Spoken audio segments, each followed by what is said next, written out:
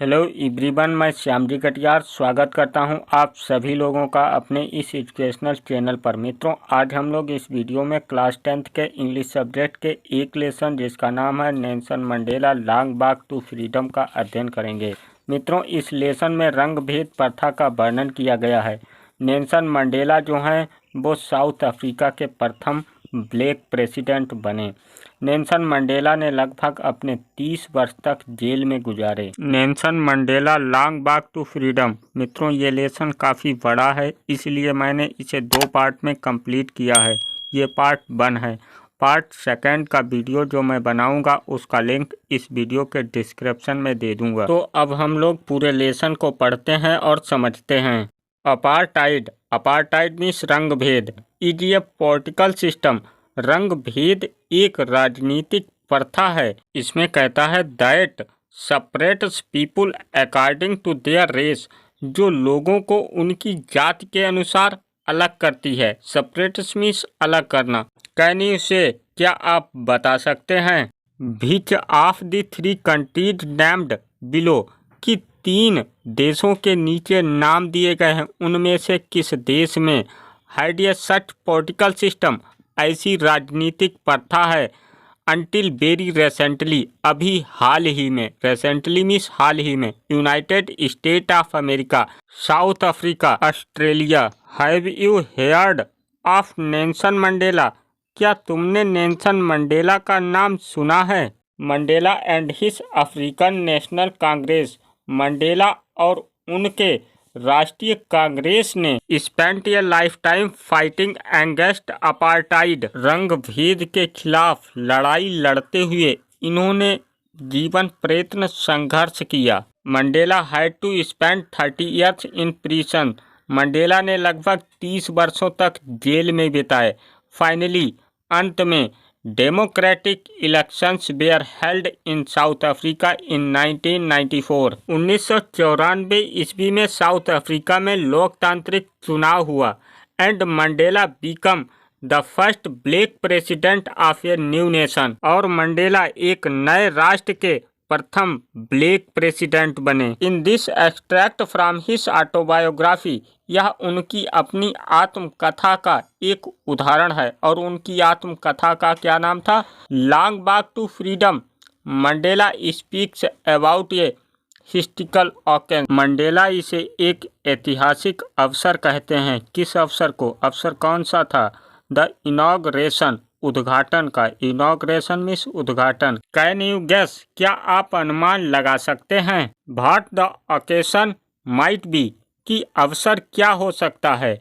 Check your guess, अपने अनुमान को चेक कीजिए। विद दिस न्यूज आइटम, इस समाचार से। From the BBC of 10 May 1994। BBC समाचार पत्र में 10 मई 1994 को ये न्यूज छपी हुई थी। Mandela becomes South Africa's first black president. ये एक न्यूज़पेपर का नाम है BBC। ये नीचे जो दिया गया है ये सब न्यूज़पेपर है। न्यूज़पेपर में ये खबर छपी थी। चलिए अब हम लोग लेसन को पढ़ते हैं। 10 मई ड्रॉन्ड ब्राइट एंड क्लियर। 10 मई को स्पष्ट और चमकदार सुबह हुई। ड्रॉन्ड में सुबह होना। For the past few days, पिछले कुछ दिनों से। आई हैड बीन प्लेसेंटली बिसाइडेड, मैं घिरा हुआ था। और किससे घिरा हुआ? बाई डिग्निटरीज, गणमान्य व्यक्तियों द्वारा। एंड वर्ल्ड लीडर, और संसार के नेताओं द्वारा। हु वेयर कमिंग टू पे देयर रिस्पेक्ट, जो अपना सम्मान देने के लिए आए थे।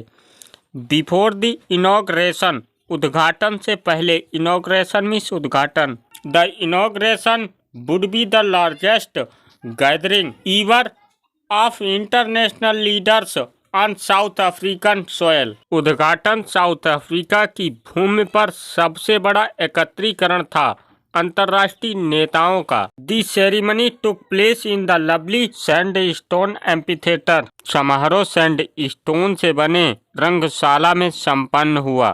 Formed by the Union Buildings in Pretoria, और ये रंगशाला प्रेटोरिया इमारतों में थी।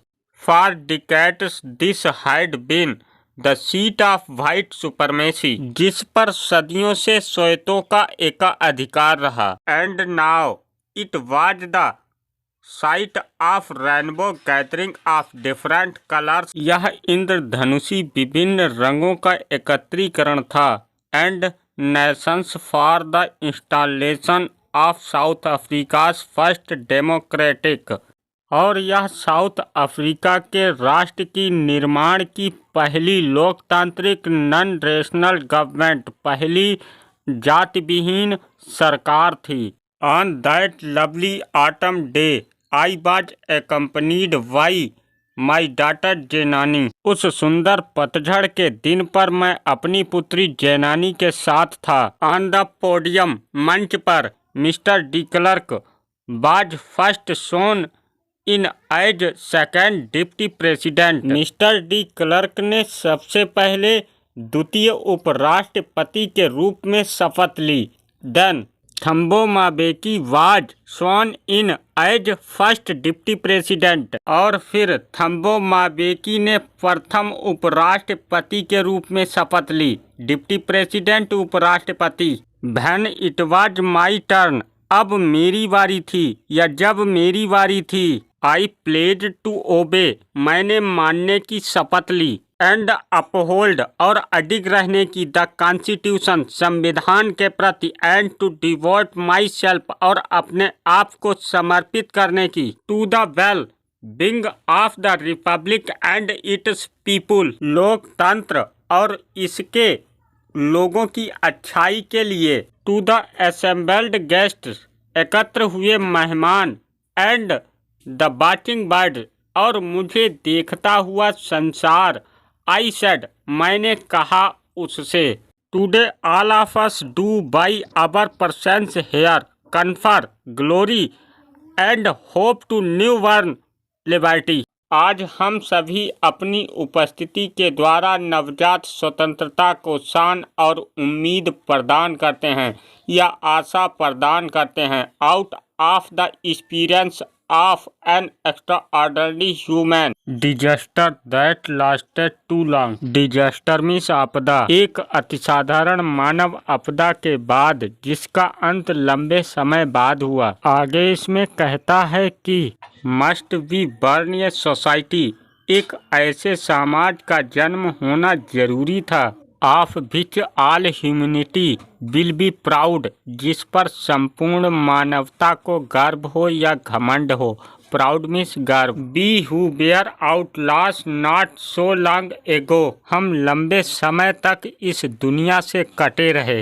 Have today been given the rare privilege, आज हमें इतना दुर्लभ मौका मिला है। To be host to the nations of the world on our own soil, संसार के राष्ट्रों की मेजबानी करने के लिए अपनी ही भूमि पर। We all of our distinguished international guest, हम सभी अंतर्राष्ट्रीय विशिष्ट मेहमानों का धन्यवाद करते हैं। For having come to the take possession, उनके आने के लिए और भाग लेने के लिए।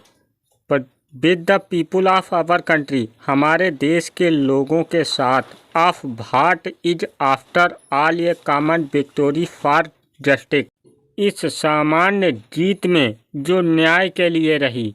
फॉर पीस, शांति के लिए रही।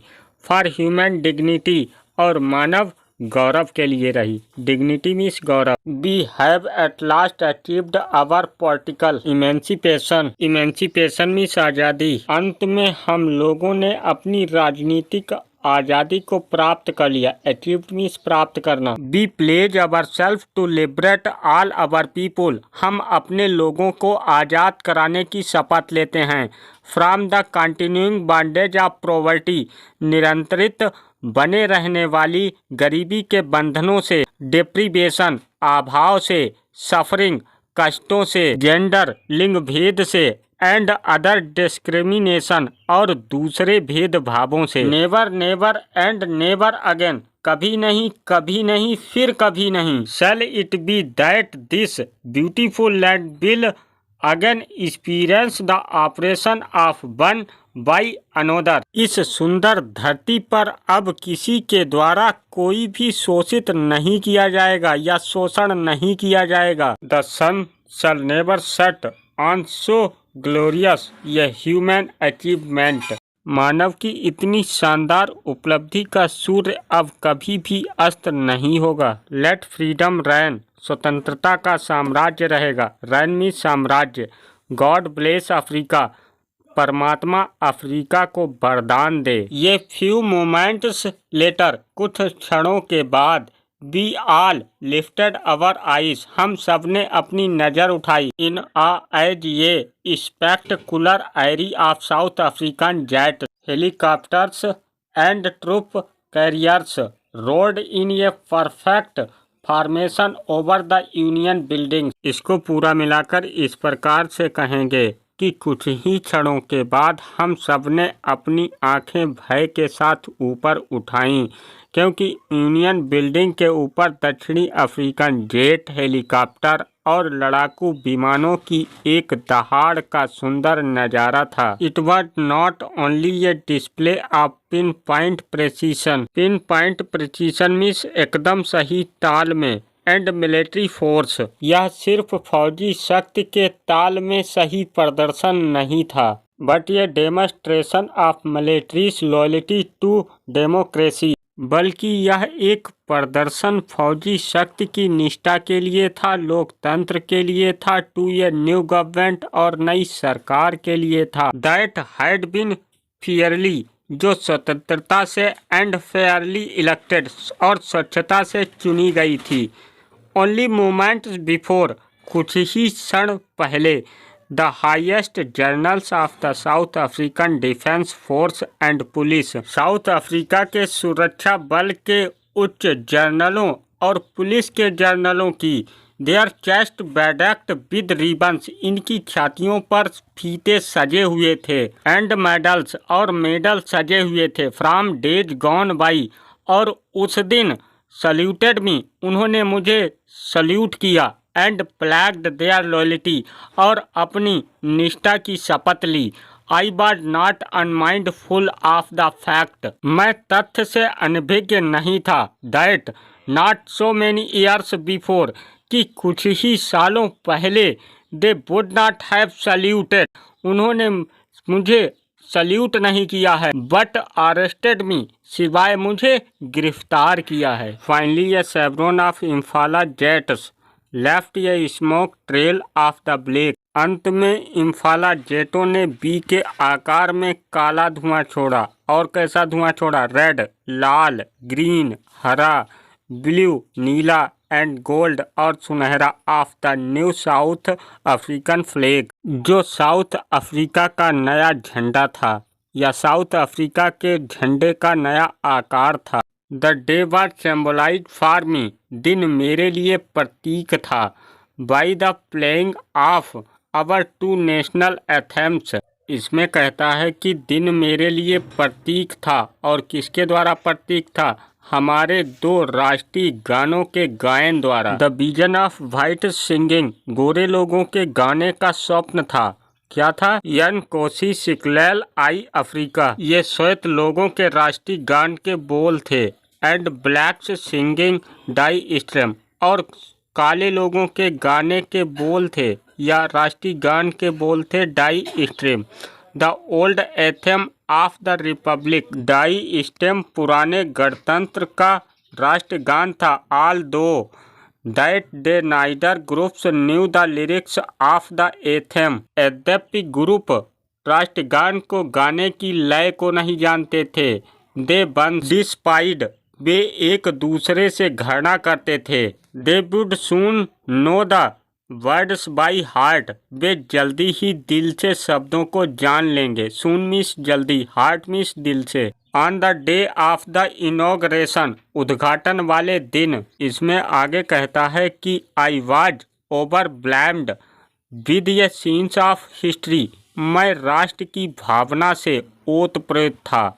इन the first decade of the 20th century, 20वीं सदी के पहले दशक में, a few years after, the bitter Anglo Boer War, भयानक एंग्लो बोर युद्ध के कुछ सालों बाद, and before my own birth, और मेरे जन्म से कुछ पहले, the white skinned peoples of the South Africa patched, South Africa के गोरी चमड़ी वाले लोगों ने भुला दिया था। और किसे भुला दिया था?